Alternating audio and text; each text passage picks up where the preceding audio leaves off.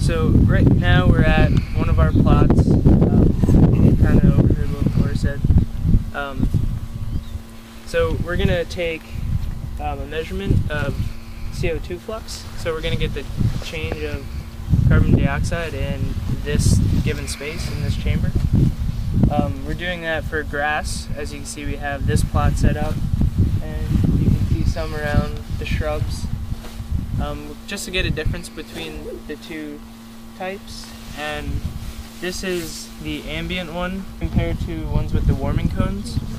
So that way we could see, okay, is it warming that's causing a change? Is it not? And yeah, so we put down this little base, square meter base with a chain around it. I think Dave said to get a nice seal so that way when we do put this chamber on, there's nothing going in and out.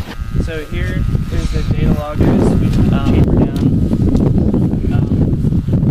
and then we take a 60-second measurement. Notice these cloths over here. So with these cloths, you know, some are more dense than others. By doing this, we're gonna gradually cut off photosynthesis. So if we take away the light, there'll be less photosynthesis, and by that there'll be less respiration, and it'll change the value of carbon dioxide within this chamber. And then we just repeat it for every shade cloth we have. And so there's 4 of those, and at each site then we do 5 measurements. So when they have the chamber on the plot and there is no shade cloth, they're measuring all the photosynthesis that would be going on in the entire plot, as well as whatever respiration is happening in the plants and in the organisms in the soil.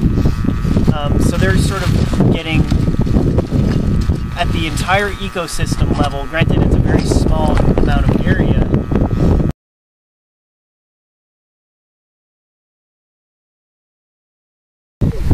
Basically because there's a little bit of everything right here. Like we have the most amount of the same species of grass. Which is POA. We are studying POA. We've actually had trouble when we got out here picking the exact spot, because you want to find one that encompasses a little bit of everything, but kind of alone, but you also can't bias what you pick, because you want it to represent like what's naturally happening out here. Like you want it all on sort of the same slope, and so you don't want some plots that are higher up while others are lower down. Why is that?